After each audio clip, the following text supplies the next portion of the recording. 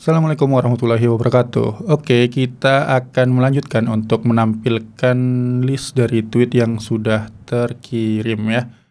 Oke, jadi kita masuk ke text editor dan kita masuk ke controller. Nah, standarnya atau konvensi di Laravel itu untuk menampilkan data atau listing data itu functionnya itu atau metodenya itu dikasih nama index ya, jadi emang ya itu tepatnya index gitu ya. Oke, kemudian di index ini kita akan gunakan return view. Oke, sementara mungkin kita akan gunakan view-nya dashboard ya, dan sekarang akan kita ubah pada routingnya. Nah, pada routing ini kita akan langsung nih return view-nya dashboard seperti itu. Ini bisa kita ubah menggunakan controller. Oke, di sini kita gunakan tweet controller, lalu di sini kita gunakan metodenya index seperti ini.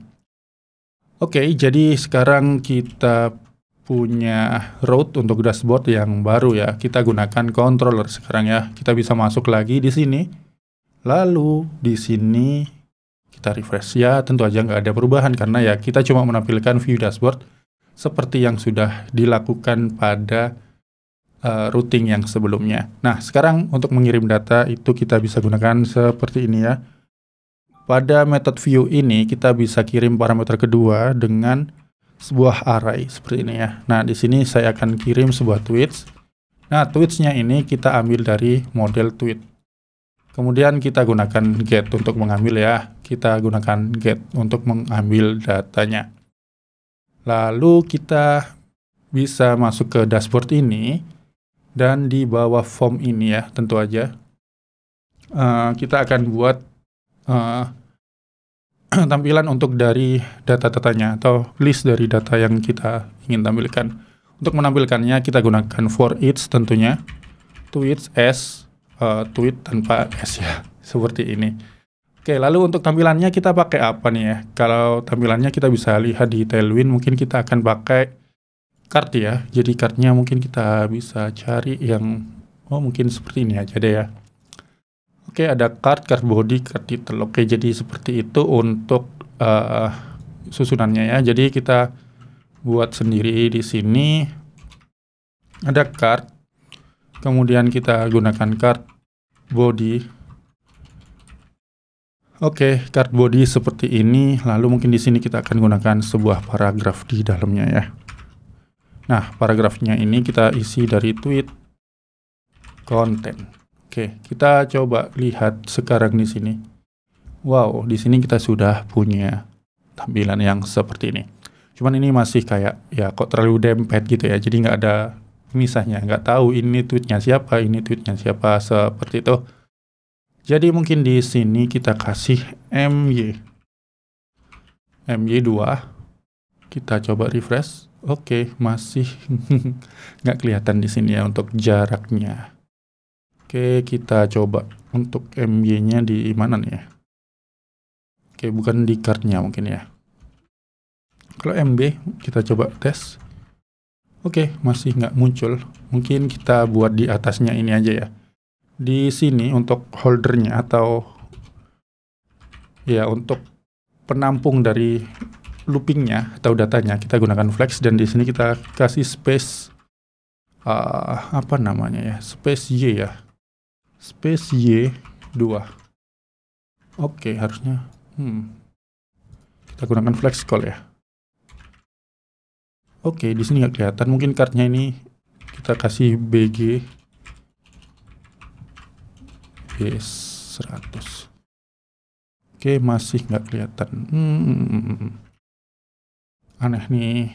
Oke, flex call space y. Oke, bg B100.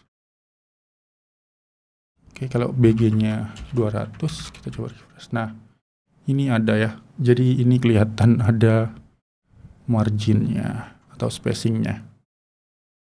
Oke, jadi mungkin ini kita salah deh ya, harusnya di luar ini ya. Oke, jadi ini harusnya di luar. Oke, di luar div ini harusnya mungkin ya. Kita coba di luar div. Yap, Udah betul ya di luar div ini. Oke. Ini ya, dia di sini harusnya ada MB2. MB2. Oke, di sini kita punya seperti ini.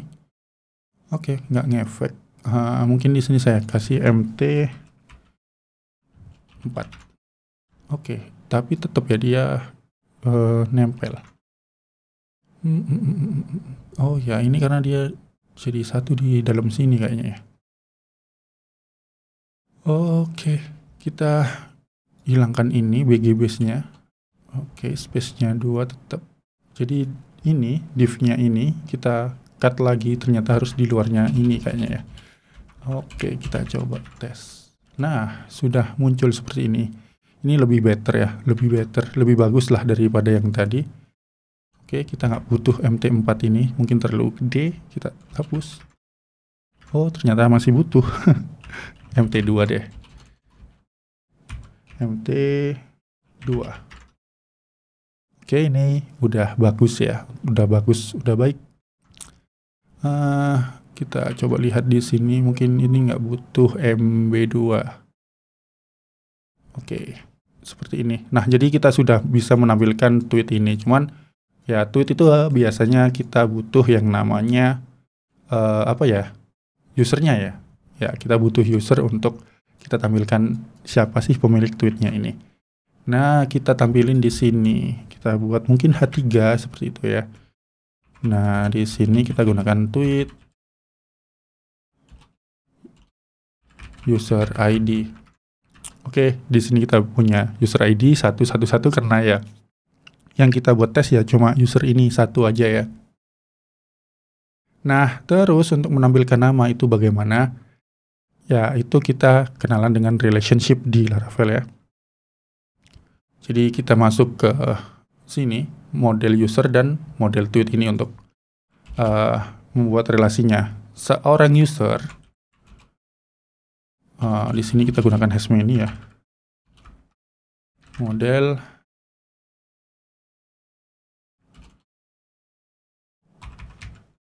hashmany, nggak ada nih. Langsung aja bikin manual public function hashmany atau ya tweets ya. Seorang user bisa punya banyak return this